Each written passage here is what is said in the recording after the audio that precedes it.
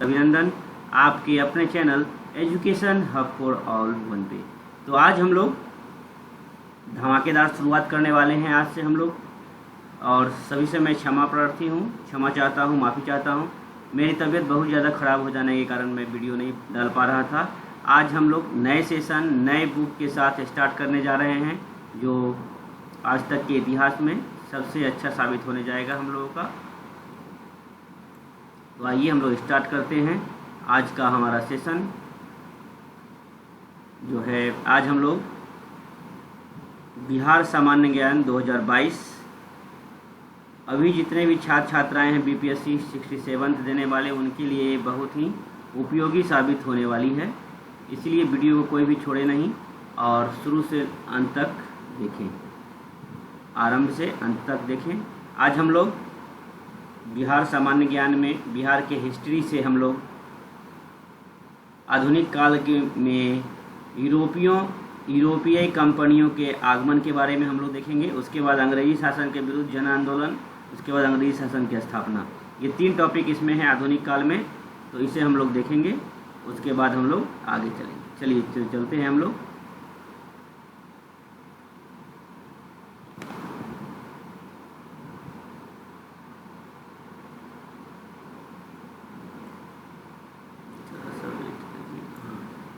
चलिए तो हम लोग स्टार्ट करते हैं आज का हमारा सेशन। फिर से मैं सभी को सॉरी बोलता हूँ, मेरी तबीयत बहुत ज़्यादा ख़राब हो जाने के कारण मैं वीडियो नहीं डाल पा रहा था, लेकिन अब मैं रेगुलर रहूँगा। फिर से सभी का हार्दिक अभिनंदन हमारे अपने channel education hub for all में। ज़्यादा से ज़्यादा लोग सब्सक्राइब करें। चलिए तो स्टार्ट करते हैं। आधुनिक काल एकदम 1 बाय 1 हम बिहार स्पेशल को हम लोग कंप्लीट करेंगे। इसमें बहुत अच्छी तरह से समझाया गया है, आप देखें और समझें। तो आइए हम स्टार्ट करते हैं। यूरोपीय कंपनियों का आगमन, इससे हमेशा क्वेश्चन पूछा जाता है बीपीएससी में, जो कि डच के बारे में पूछा गया था। इसमें आप बीपीएससी, सीडीपीओ, एसआई जो भी छात्र छात्राएं हैं एवं बिहार में जो भी एग्जामिनेशन होने वाली है सभी के लिए महत्वपूर्ण साबित होने वाली है। तो यूरोपीय कंपनियों का आगमन हम लोग स्टार्ट करते हैं। आज का हमारा जो टॉपिक है, बिहार में यूरोपीय व्यापारी कंपनियों का आगमन 17वीं शताब्दी में प्रारंभ हुआ। कब प्रारंभ हुआ? तो 17वीं सदी में। उस समय बिहार अंतर्राष्ट्रीय व्यापार का एक महत्वपूर्ण केंद्र था। क्या था बिहार? तो अंतर्राष्ट्रीय व्यापार का एक महत्वपूर्ण केंद्र था। बिहार के क्षेत्र में सर्वप्रथम कौन आए हैं? तो सर्वप्रथम पुर्तगाली आए। याद रखिएगा, बिहार के क्षेत्र में सर्वप्रथम कौन आए हैं? तो पुर्तगाली आए। जिस तरह कि इंडिया में भी एडवेंट ऑफ यूरोपियन हम लोग पढ़ते हैं स्पेक्ट्रम में, तो पुर्तगाल ही 1498 में। तो इस तरह से ये आए हैं, वास्को डी गामा आए थे, जिन्होंने अपना व्यापारिक केंद्र हुगली में स्थापित किया था। वे हुगली से ही नाव के माध्यम से पटना आया करते थे। किसके माध्यम से आया करते थे? नाव के माध्यम से। वे अपने साथ मसाले, चीनी मिट्टी के बर्तन आदि लाते थे और वापसी में सूती वस्त्र व अन्य प्रकार के वस्त्र ले जाते थे। याद रहिएगा, मसाले या चीनी मिट्टी के बर्तन अपने साथ लाते थे। हुगली से वो नाव के माध्यम से पटना आया करते थे और वह अपने साथ में मसाले, चीनी मिट्टी के बर्तन आदि लाया करते थे। और जब यहाँ से जाते थे वो, तो क्या ले जाते थे? सूती वस्त्र या अन्य प्रकार के वस्त्र ले जाते थे। 17वीं शताब्दी के मध्य तक डचों ने बिहार के कई स्थानों पर सोरे का गोदाम स्थापित किया था। कौन किया था सोरे का गोदाम स्थापित? डचों ने। कब किया था? 17वीं शताब्दी में। ऐसे पढ़ेंगे। सर्वप्रथम डचों ने पटना कॉलेज के उत्तरी इमारत में 1632 ईस्वी में डच फैक्ट्री की स्थापना की। ये क्वेश्चन हमेशा पूछा जाता है, याद रखिएगा। 1632 में डच फैक्ट्री की स्थापना की। आप पूछिए सर्वप्रथम कौन आया है? तो पुर्तगाल आया है। इनकी अभिरुचि सूती वस्त्र, चीनी, सोरा, अफीम आदि से संबंधित व्यापार में थी।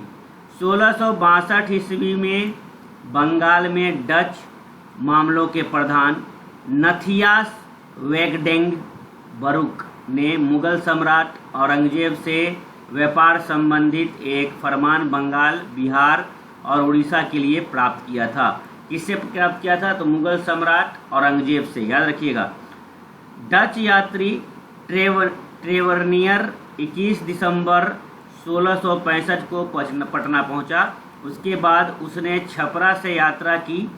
छपरा में उस समय सोरे का शुद्धिकरण किया जाता था। याद रखिएगा 1665 में कहाँ पे, तो छपरा में सोरे का शुद्धिकरण किया जाता था। सोरे पर अधिकार के लिए फ्रांसीसी ईस्ट इंडिया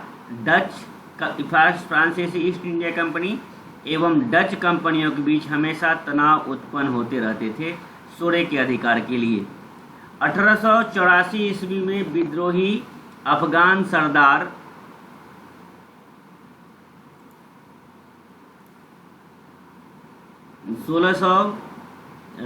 कहाँ थे 1884 ईस्वी में विद्रोही अफगान सरदार शमशेर खान ने पटना पर आक्रमण किया तथा फतुहा स्थित डच फैक्ट्री को लूटा। किसने लूटा, तो अफगान सरदार शमशेर खान। कब लूटा, तो 1848 ईस्वी में। क्लियर है, जो भी प्रॉब्लम हो कमेंट में बताएंगे। वो स्थित कहाँ थी वो डच की फैक्ट्री, तो फतुहा, वहाँ से लूटा। प्लासी के युद्ध में अंग्रेजों की सफलता जो हुई, विजय जो हुए अंग्रेज ने डचों की स्थिति को और दयनीय बना दी। 1758 ईस्वी में अंग्रेजी ईस्ट इंडिया कंपनी ने बिहार में सोरे व्यापार पर एकाधिकार प्राप्त कर लिया। कब कर लिया, तो यानी प्लासी के युद्ध में विजय होने के बाद डचों का स्थिति और दयनीय हो गया और 1758 ईस्वी में अंग्रेजी ईस्ट इंडिया कंपनी ने बिहार में सोरे के व्यापार पर एकाधिकार प्राप्त कर लिया। ठीक है, 1758 ईस्वी में। नवंबर 1759 ईस्वी में वेदरा के निर्णायक युद्ध में डच अंग्रेजों के हाथों पराजित हुए। वेदरा के युद्ध में 1759 में, और उनका अस्तित्व लगभग समाप्त हो गया। वे किसी तरह से अपने चीनसूरा, कासिम बाजार एवं पटना के माल गोदाम को सुरक्षित रखने में सफल हो पाए। कहाँ चीनसूरा, कासिम बाजार एवं पटना के माल गोदाम को सुरक्षित रखने में सफल हो पाए। 1780 से 81 के बीच यूरोप में ब्रिटेन एवं हॉलैंड के बीच युद्ध छिड़ जाने के कारण बिहार में भी दोनों कंपनियों के बीच तनावपूर्ण संबंध हो गए, जिससे कि 10 जुलाई 1781 ईस्वी को पटना मिलिशिया के कमांडिंग ऑफिसर मेजर हार्डी ने पटना डच माल गोदाम को जब्त कर लिया। छपरा एवं सिंधिया की डच फैक्ट्रियों को भी अपने कब्जे में ले लिया। 5 अगस्त 1781 को पैट्रिक विले ने डच फैक्ट्री की कमान मैक्सवेल से ग्रहण की। 8 अक्टूबर 1784 ईस्वी को डच कंपनी को गोदाम फिर से वापस दे दिया गया। पुनः 1795 ईस्वी में फ्रैंको डच युद्ध के कारण भारत में डच ठिकानों को अंग्रेजी सरकार के अधीन कर दिया गया, लेकिन 1817 ईस्वी में डच माल गोदामों को पुनः वापस कर दिया गया। अंततः 1824 से 25 ईस्वी में डच व्यापारिक केंद्रों को अंतिम रूप से अंग्रेजी ईस्ट इंडिया कंपनी में सम्मिलित कर लिया गया।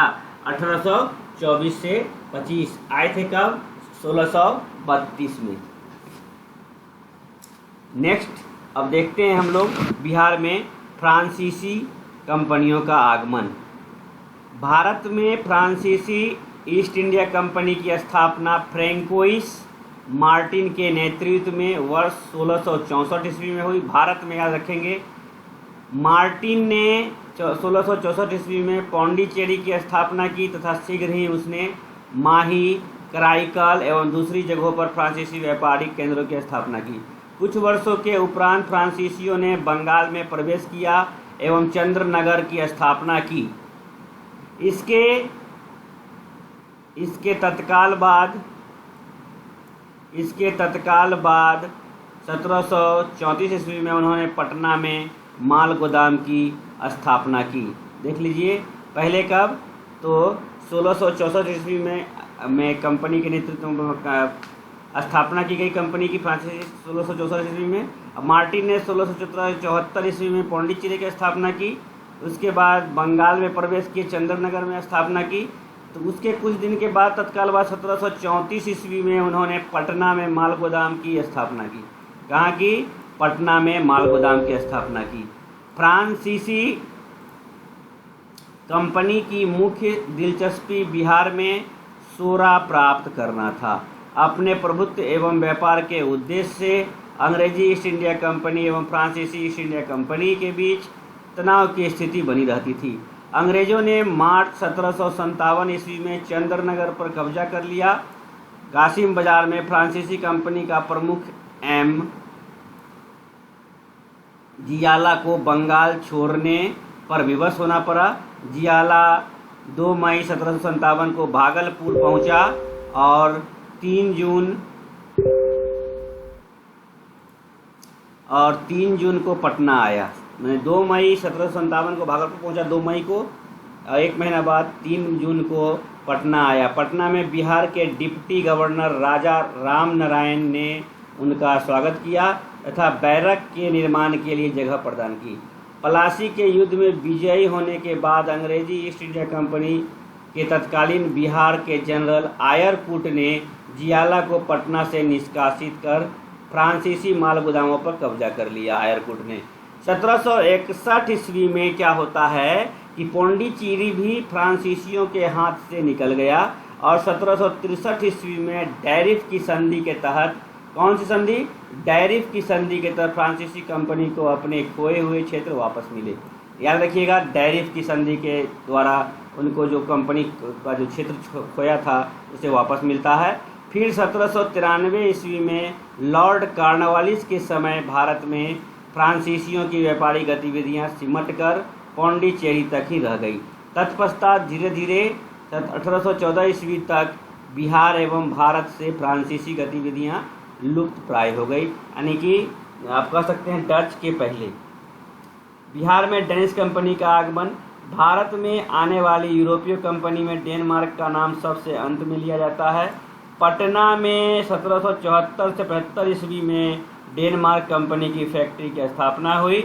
मई 1775 ईस्वी में पटना की डेनिश फैक्ट्री के प्रमुख जॉर्ज वर्नर ने बिहार में व्यापार के लिए ईस्ट इंडिया कंपनी के गवर्नर जनरल एवं उनके परिषद से फरमान की मांग की। डेनिश कंपनी भी मुख्य रूप से सोडे व्यापार किया करती थी।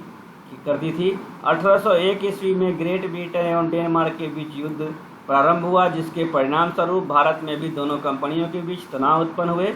पटना की डेनिश फैक्ट्री एवं सेरामपुर की कोठी को अंग्रेजों ने जब्त कर लिया। 1802 ईस्वी में आमिया की संधि हुई और भारत में डेनमार्क के स्वामित्व वाले क्षेत्र को वापस कर दिया गया। यहाँ रखिएगा क्या चीज़ का, तो कौन सा हुआ संधि? यहाँ आमिया की संधि, और उधर क्या हुआ था? तो डैरिफ की संधि। याद रखिएगा, आमिया और डैरिफ। आमिया हुआ था आपका डेनमार्क के लिए, स्वामित्व वापस कर दिया गया। 1845 ईस्वी तक बिहार के सारे डेनिश माल गोदाम ठिकाने पे अंग्रेजों के अधीन हो गए, मतलब काम उनका भी खत्म। अब आते हैं अंग्रेजी ईस्ट इंडिया कंपनी का आगमन। बिहार में अंग्रेजी ईस्ट इंडिया कंपनी के अस्थायी माल गोदामों की स्थापना को लेकर विद्वानों में मतभेद है। अधिकतर लोगों का मानना है या कहना है, अधिकतर विद्वानों का, कि इतिहासकारों का मानना है कि ईस्ट इंडिया कंपनी की अस्थायी माल गोदाम की स्थापना 1691 ईस्वी में हुई है। कब हुई है? 1691 ईस्वी में पटना के गुलजार बाग में की गई थी। कंपनी 1691 में कंपनी की रुचि अमवर्ती, कैलिको, वस्त्र एवं कच्चा रेशम से संबंधित व्यापार में थी। इसके अतिरिक्त वे सोरा तथा अफीम को भी व्यापार का अभिन्न अंग मानते थे। पटना के समीप लखबार में कैलिको वस्त्र बड़े पैमाने पर तैयार किए जाते थे। 1664 ईस्वी में जॉब चार्नक को पटना, कलकत्ता की स्थापना किया जॉब चार्नक। 1664 ईस्वी में जॉब चार्नक को पटना की अंग्रेजी फैक्ट्री का प्रमुख नियुक्त किया गया, जो 1680 से 81 तक इस पद पर बना रहा। बिहार के सूबेदार शाइस्ता खां द्वारा 1680 ईस्वी में अंग्रेजी कंपनी के व्यापार पर 3.5% कर लगा दिए जाने के कारण अंग्रेजी कंपनी के व्यापार पर सूबेदार शाइस्ता खां के द्वारा 1680 में अंग्रेजी कंपनियों के व्यापार पर 3.5% कर लगा दिए जाने के कारण जॉब चर्नक ने 1686 ईस्वी में हुगली शहर को लूट लिया। परिणाम स्वरूप शाइस्ता खां ने बंगाल एवं बिहार में अंग्रेजों की समस्त संपत्ति को जब्त करने का आदेश दिया, लेकिन 1690 ईस्वी में एक समझौते के तहत अंग्रेजों को पुनः व्यापार करने की स्वतंत्रता प्राप्त कर दी गई। मुगल बादशाह औरंगजेब की मृत्यु के साथ ही अंग्रेजों की व्यापारिक गतिविधियों में रुकावट आई। फरसुखियार के शासनकाल में 1713 ईस्वी में पटना फैक्ट्री को बंद कर दिया गया, लेकिन उसे पुनः 1717 ईस्वी में अंग्रेजों को बिहार एवं बंगाल में व्यापार करने की स्वतंत्रता प्रदान कर दी गई। अतः पटना फैक्ट्री को अंग्रेजों ने 1718 ईस्वी में पुनः खोला। नवाब अली वर्दी खां के दबाव के कारण पटना फैक्ट्री 1750 ईस्वी में पुनः बंद कर दी गई, लेकिन हॉलवेल ने प्रयास करके 1755 ईस्वी में पटना फैक्ट्री को पुनः शुरू कर दिया। 1797 ईस्वी में प्लासी युद्ध एवं 1764 ईस्वी में बक्सर युद्ध के फलस्वरूप बिहार ब्रिटिश आधिपत्य में पूर्ण रूप से आ गया। बक्सर युद्ध के पश्चात लॉर्ड क्लाइव तथा मुगल सम्राट शाह आलम द्वितीय के बीच 12 अगस्त 1665 ईस्वी को इलाहाबाद में एक संधि हुई, जिसके द्वारा कंपनी को बिहार, बंगाल एवं उड़ीसा की दीवानी प्राप्त हुई। मुगल सम्राट शाह आलम द्वितीय की 12 अगस्त 1765 ईस्वी में। अंग्रेजी शासन की स्थापना बिहार में आरंभ से ही व्यापारिक गतिविधियों का केंद्र रहा है। मध्यकाल में भी बिहार व्यापार का प्रमुख केंद्र था। यहाँ Edward Terry, Ralph Fitch, Peter Mundy, Tavernier आदि व्यापारियों ने बिहार का दौरा कर व्यापारिक गतिविधियों का विस्तृत वर्णन किया। बंगाल के नवाब मुर्शिद कुली खां एवं अलीवर्दी खां के शासनकाल में विदेशी व्यापारिक कंपनियों का। तो आज भर के लिए इतना ही हम लोग छोड़ते हैं, कल से फिर देखते हैं। यहाँ देखिए व्यापारिक कंपनियों ने मुख्य रूप से बिहार में व्यापारिक गतिविधियों में अपने आप को लगाए रखा और उनकी राजनीतिक महत्वाकांक्षाएं दबी रही। 16 अक्टूबर 1765 ईस्वी को मनिहारी के युद्ध में सिराजुद्दौला शौकत जंग पराजित हुआ। सिराजुद्दौला को अंग्रेजों की ओर से युद्ध का खतरा था। तो ये आज भर का हमारा इम्पोर्टेंट टॉपिक है। 2-2 पेज करके हम लोग करेंगे, हमारा ख़त्म जल्द से जल्द हो जाएगा। अब टाइम कम है, जो लोग फॉर्म नहीं भरे हैं वो जल्द से जल्द फॉर्म भर लें। चलिए, सभी को मेरा वेल विशेष है, सभी को शुभकामनाएं है कि इस बार एक सीट 723 सीट अभी हो गई है। आगे देखिए और भी कुछ बढ़ने की संभावना है। तो चलिए, हमें तो एक सीट से मतलब है। मेरी बहुत बहुत शुभकामनाएं आप लोगों को। तो ज़्यादा से ज़्यादा लोग सब्सक्राइब करें, बेल आइकन को प्रेस कर ऑल पे क्लिक करना ना भूलें, ताकि कोई भी नोटिफिकेशन आपको जल्द से जल्द मिल सके। लाइक करें, शेयर करें, सब्सक्राइब करें। मेरी एक बस छोटी सी कोशिश है कि आप लोगों तक अच्छा मटेरियल पहुंच सके। जो सुदूर इलाकों में छात्राएँ खासकर छात्राएँ रहती हैं, उनके लिए मेरी एक छोटी सी कोशिश है। ये मनीष रंजन सर की महत्वपूर्ण बुक है। इसे अच्छे से देखें, समझें। मेरी कोई मंशा ये नहीं है कि मुझे इससे पैसा कमाना है या कुछ। मैं बस आप लोगों की मदद करना चाहता हूँ। बाय बाय, टेक केयर, धन्यवाद। अच्छे से पढ़ें और इस बार एक सीट कंफर्म करें। चलिए, अब हम लोग आज का सेशन समाप्त करते हैं।